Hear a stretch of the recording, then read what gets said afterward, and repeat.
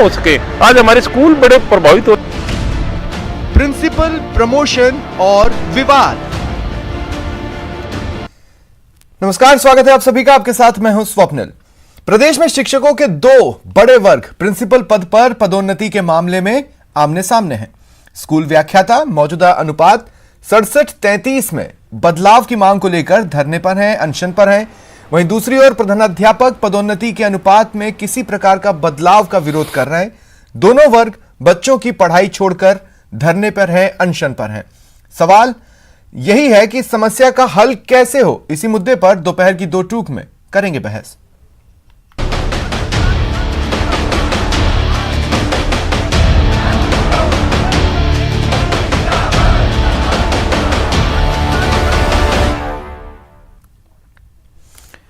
और मेरे साथ जो गेस्ट जुड़ रहे हैं आपको इंट्रोड्यूस करवा देता हूं। कृष्णलाल गोदारा जी प्रदेश अध्यक्ष हैं रेसा के, जो कि हेडमास्टर्स की बात रखेंगे। मोहन सिहाग जी प्रदेश अध्यक्ष हैं रेसला के, जो कि लेक्चरर्स की बात रखेंगे। और रामेश्वर प्रसाद शर्मा जी वरिष्ठ शिक्षाविद हैं। और राजेंद्र आर्य जी कांग्रेस नेता हैं। आप सभी का स्वागत है न्यूज 18 राजस्थान पर। सबसे पहले रामेश्वर प्रसाद जी आपके पास आ रहा हूं। इस मैटर को अगर साधारण शब्दों में समझना है तो हम डिजर्विंग या क्वालिटी की बात नहीं कर रहे हैं, हम नंबर्स और उसके नेचुरल जस्टिस की बात कर रहे हैं।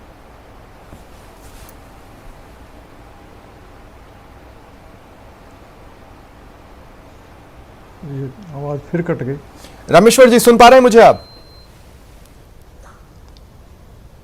हाँ, बीच में कट गई थी। अच्छा, हाँ बोले सर। रामेश्वर जी मैं ये कह रहा हूं कि हम डिजर्विंग या क्वालिटी की बात नहीं कर रहे हैं, हम नंबर्स और उसके नेचुरल जस्टिस की बात कर रहे हैं। यही है ना मैटर?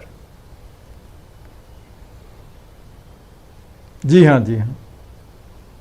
तो थोड़ा एक्सप्लेन करेंगे इस पूरे घटनाक्रम को? कट जाती है सर।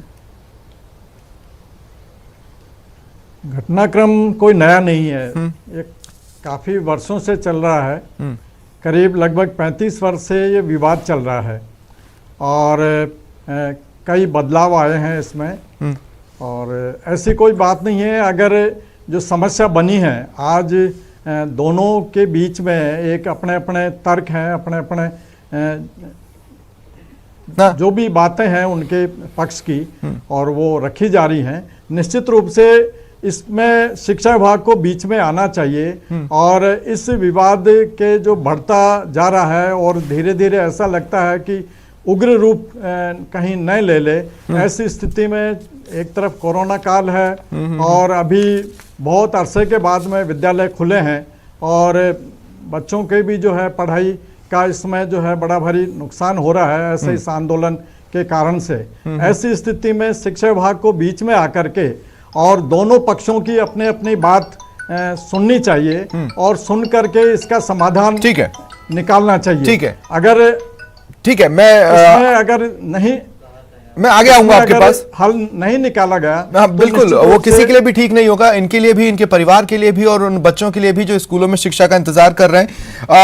मैं मोहन सिहाग जी आपके पास आ रहा हूं। मोहन जी मुझे समझाइए, लेक्चरर हो या हेडमास्टर, दोनों एक ही ग्रुप से संबंधित हैं, दोनों समकक्ष पद हैं, दोनों गजेटेड हैं और दोनों लड़ रहे हैं। क्या रीजन है? जी जी उसका रीजन यही है कि सीनियर स्कूल के प्रिंसिपल की पदोन्नति में जो रेशियो है, जो वर्तमान में 67 लेक्चरर के पक्ष में है और 33 हेडमास्टर के पक्ष में है। ये जिस समय किया गया था उस समय लेक्चरर की संख्या विभाग में 23,000 थी और हेडमास्टर की संख्या विभाग में 9,000 थी। चूंकि आज लेक्चरर 23,000 से बढ़कर 54,000 के करीब उनकी संख्या हो गई है और हेडमास्टरों की संख्या घटकर 9,000 से घटकर मात्र 3,500 रह गई है। इसलिए 1988 में सरकार के साथ हुए समझौते के अनुसार हम ये मांग कर रहे हैं कि वर्तमान में संख्या के अनुपात में ये अनुपात तय किया जाए। फिर से पिछली बार भी यही किया गया था, लेकिन मुझे समझाइए कि इस हिसाब से जो हेडमास्टर्स हैं 3500 की संख्या उनकी बैठ रही है, उनमें से भी तो फिर किसी न किसी का 3-4 साल के लिए नेचुरल प्रमोशन का हक मरेगा। नहीं सर, मैं आपको बता दूं, हेडमास्टर के वर्तमान में विभाग में मात्र 3500 पद है और उनके लिए उससे ऊपर वाले पद 4000 सुरक्षित है। आपको पूरे संसार में ये कहीं भी उदाहरण नहीं मिलेगा कि निचले पद की बजाय ऊपर वाले पद अधिक हो। जैसे आरएएस का कैडर मान लो 1000 का है, तो उनके लिए आईएएस में प्रमोशन के लिए मात्र 100 ही पद है। आपको तब आश्चर्य होगा जब आरएएस के पद तो है 1000 और आईएएस के पद उनके लिए 1100 हो। तो मैं ये कहना चाहता हूं कि हेडमास्टरों के लिए जो 3500 पद है, उनके लिए ऊपर का जो प्रिंसिपल के पद रिजर्व है वो है 4000 पद। पूरे संसार में, पूरे भारत में, पूरे राजस्थान के किसी भी विभाग में ऐसा उदाहरण आपको कहीं नहीं मिलेगा। तो एक बात और आपसे जानना चाहता हूं, उसके बाद मैं कृष्णलाल जी से पूछूंगा। मोहन जी, मुझे एक बात और समझाइए कि जी ये जो देखिए अभी 5-6 साल पहले ही 2015 में एक नया रेशो सामने आया, तो हर 4-5 साल में अगर आपकी संख्या बढ़ती है तो आप हर 4-5 साल में इस तरह से मांग उठाते रहेंगे। आज 80, कल 90 मांग सकते हैं।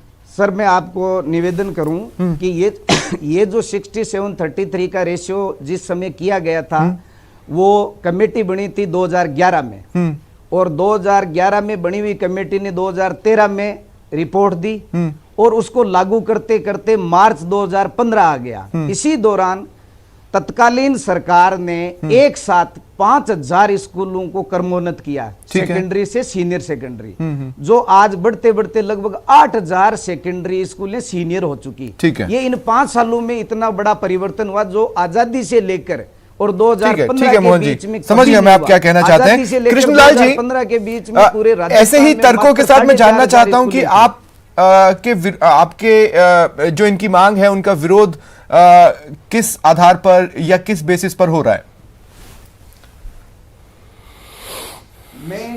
मैं इनका विरोध नहीं कर रहा हूं। नहीं, आप नहीं कर रहे, मेरी मांग रख रहा हूं। मैं आपसे, इसीलिए मैंने आपसे नहीं पूछा मोहन जी, कृष्णलाल जी से पूछ रहा हूं। कृष्णलाल जी।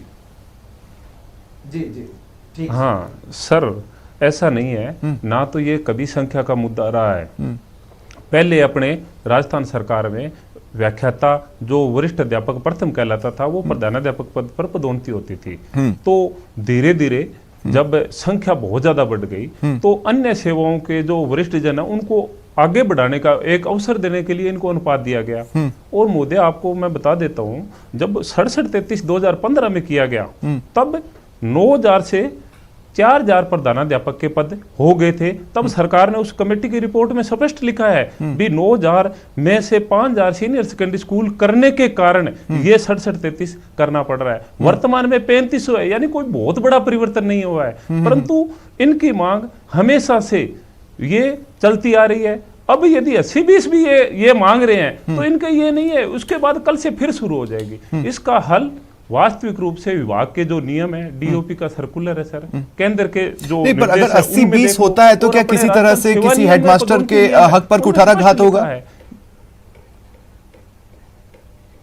बहुत सर, अब वर्तमान में हमारा रेशो 67-33 है, उसमें कैडर फ्रीज है, यानी ऊपर के जो लगभग 12000 प्रिंसिपल के पद है, उनमें से 4000 पे हेडमास्टर से बड़े हुए प्रिंसिपल कार्यरत है। और यदि ये अनुपात बदल जाता है तो हेडमास्टर के पद 22 हो जाएंगे, यानी लगभग 1800 हेडमास्टर से बड़े प्रिंसिपल ऊपर सरप्लस हो जाएंगे। नीचे से तब तक एक भी पदोन्नति नहीं होगी जब तक वो 1800 प्रधानाचार्य या तो पदोन्नत न हो जाए या रिटायर नहीं हो जाए। इससे जो वर्तमान में दिसंबर 2019 में जो प्रधानाध्यापक नव चयनित होकर आरपीएससी से आए हैं, उनमें से 852 लोग व्याख्याता से इसमें आए हैं, उनकी एनओसी विभाग ने दी है। और एनओसी देने का एक नियम है सर, भी एनओसी सिर्फ उच्च पद पे जाने के लिए दी जाती है। अब 2013 का एक व्याख्याता हेडमास्टर बना है और यहां आते ही उसका अनुपात बदल के उसको 10 या 12 साल तक पदोन्नति से वंचित करना कहां का न्याय है?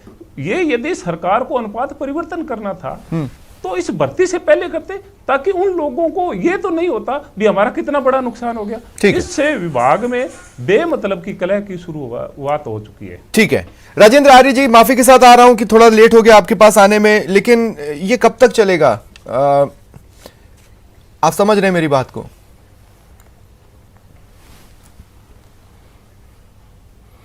स्वप्निल जी, ऐसा कुछ भी नहीं है। शिक्षा विभाग के अंदर प्रधानाध्यापक और व्याख्याता दोनों पद बहुत महत्वपूर्ण हैं। और जहां तक अभी दोनों पक्षों को सुना, शिक्षाविद जी को भी सुना और रेसला के अध्यक्ष जी को भी सुना और रेसा के अध्यक्ष को भी सुना, इन दोनों की बातें सरकार के स्तर पर चर्चा हो रही है और बहुत जल्द आपको इसमें समाधान मिलेगा। चूंकि अभी विधानसभा चल रही है, माननीय मुख्यमंत्री और मंत्री महोदय सब बिजी हैं, तो इस दौरान पूरी बातें इनके पक्ष को, और हम इनसे गुजारिश करना चाहते हैं राजेंद्र जी, क्योंकि कोरोना अलग अलग दिन अलग अलग बाइट्स आई। रेसला के बैनर तले जो व्याख्याता धरना दे रहे हैं उनमें से किसी ने ये बताया कि सरकार से अनुपात को बढ़ाए जाने की मांग की थी, उच्च स्तर पर लेटर्स भी लिखे गए, पत्राचार हुआ, यह भी तय हुआ कि 80-20 कर लिया जाएगा, लेकिन कैबिनेट की बैठक में उसे डेफर कर दिया गया।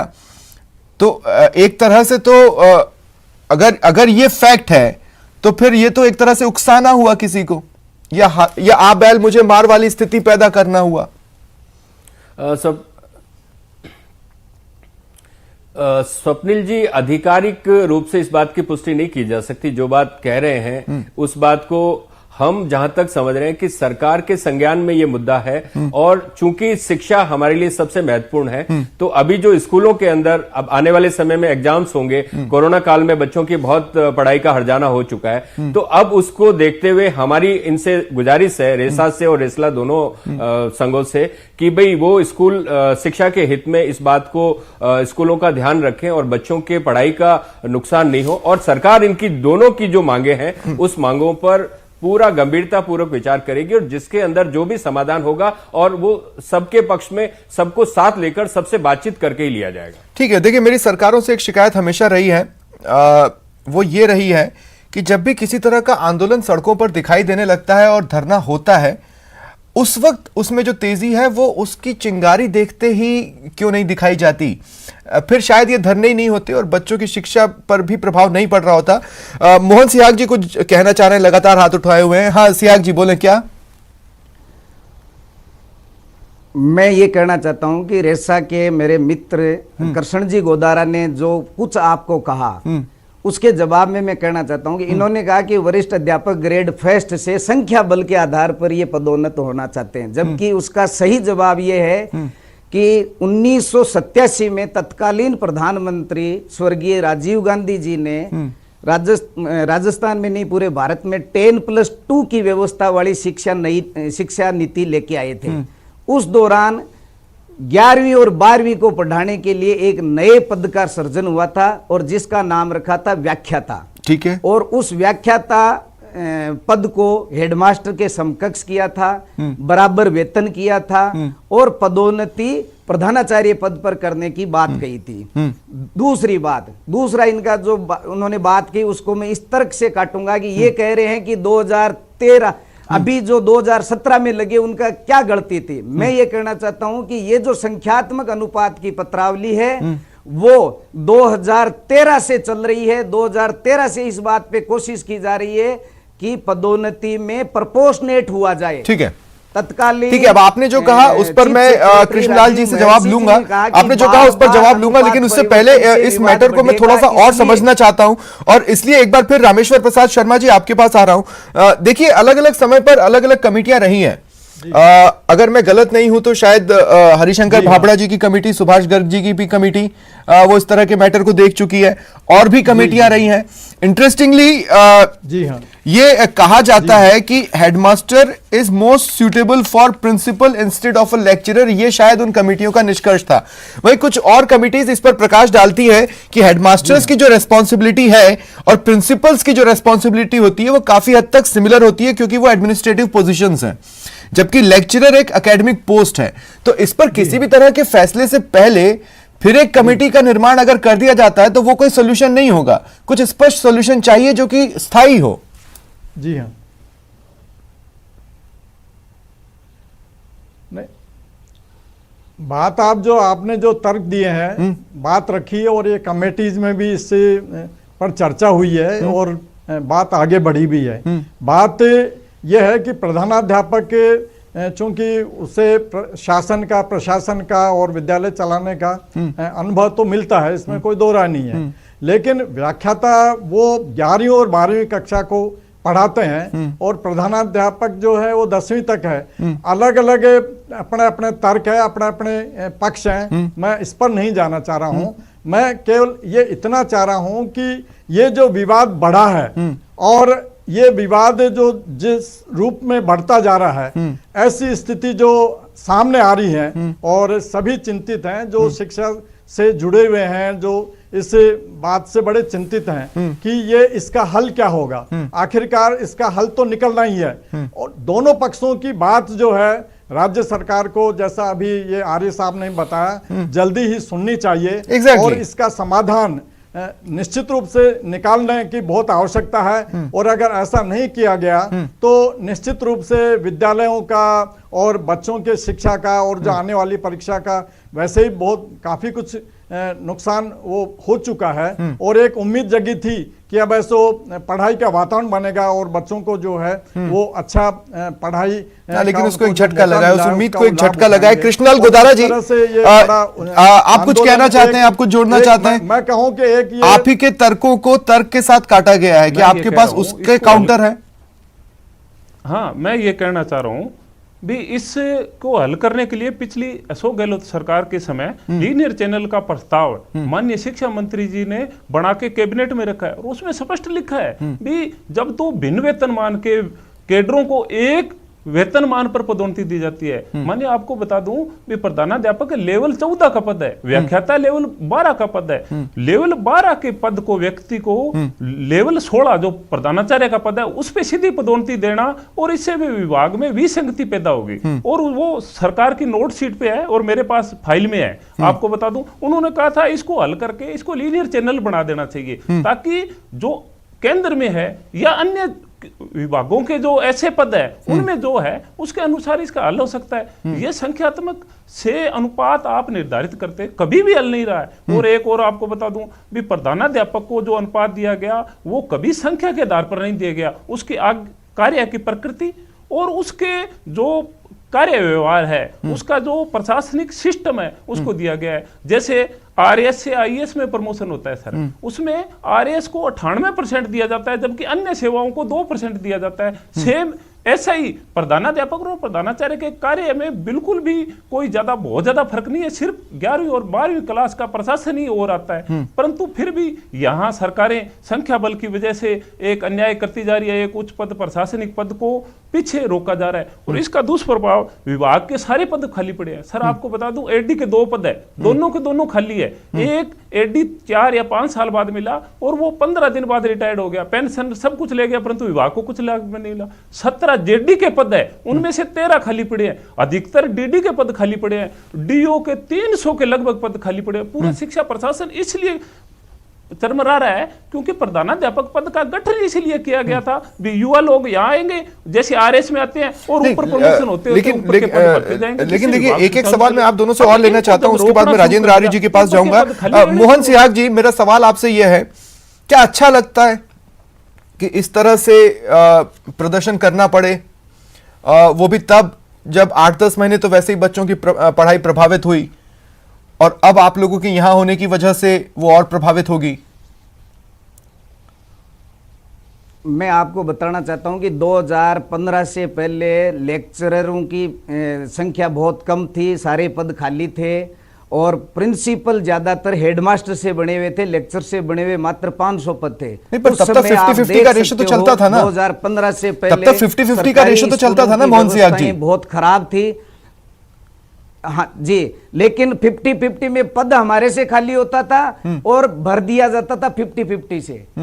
पद हम खाली करते थे क्योंकि हमारा आदमी 59 साल 59.5 साल में प्रिंसिपल बनता और 4-6 महीने में रिटायर हो जाता और रिटायर से जैसे 100 पद खाली हुए उनमें से 90 लोग लेक्चर से रिटायर हुए और फिर 50-50 कर दिया जाता था। ऐसे करते करते पूरे विभाग में 80% पद प्रिंसिपल के पदों पर केवल और केवल हेडमास्टर से बने हुए लोग काबिज हो गए।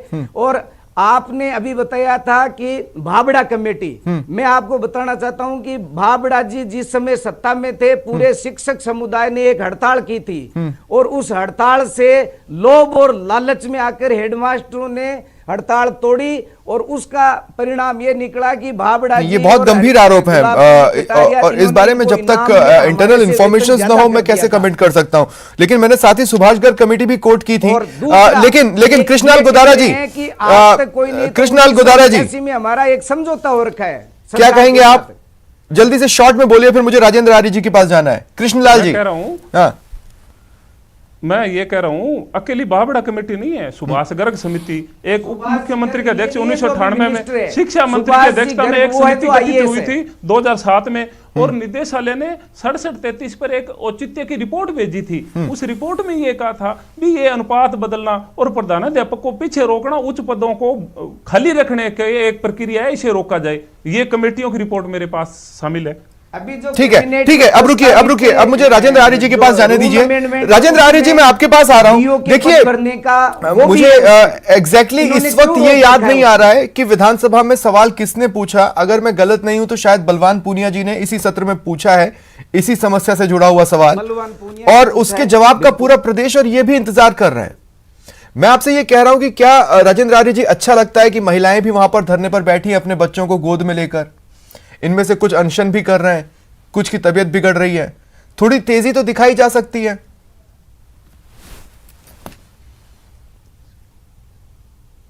स्वप्निल जी, निश्चित रूप से इनकी जो दोनों संगठनों की जो मांग है उस पर, और सबसे महत्वपूर्ण है प्रदेश की शिक्षण व्यवस्था। और सरकार पूरी तरीके से, जैसा कि आपने देखा होगा कि कोरोना काल के अंदर भी, चाहे मतलब ऑनलाइन एजुकेशन हो, राजस्थान ने पूरे देश के अंदर अच्छा काम किया, तो उसी तरीके से इनकी जो मांगे हैं, इन मांगों पर पूरा का पूरा जो भी बात ये रखेंगे, अपने आप को रिप्रेजेंट करेंगे, उन बातों को माननीय मंत्री महोदय और मुख्यमंत्री स्तर तक चर्चा करके और जल्द से जल्द समाधान निकाला जाएगा। नहीं, लेकिन कोई टाइम फ्रेम तो होना चाहिए ना सर। हम तो इनको धरना देते हुए देख रहे हैं पिछले काफी समय से। मतलब हर कोई जो धरना देने बैठे उनसे बहुत लंबे लंबे गैप्स पर बातचीत हो, ये तो कोई तर्क वाली बात नहीं हुई। मैं आपको बता रहा हूं स्वप्निल जी, विधानसभा चल रही है और विधानसभा के अंदर तमाम बातें हो रही है, तो इस बात में जैसे ही ये सत्र खत्म होता है, सत्र के बाद में इनसे वार्ता करके सारी बातों का समाधान निकाला जाए। मैं आपकी बात से सहमत हूं, लेकिन सैटरडे संडे आते हैं ना सर। मैं आपसे फिर कह रहा हूं, देखिए क्या अच्छा लगता है कि वहां पर महिलाएं अपने बच्चों को गोद में लेकर बैठी हैं।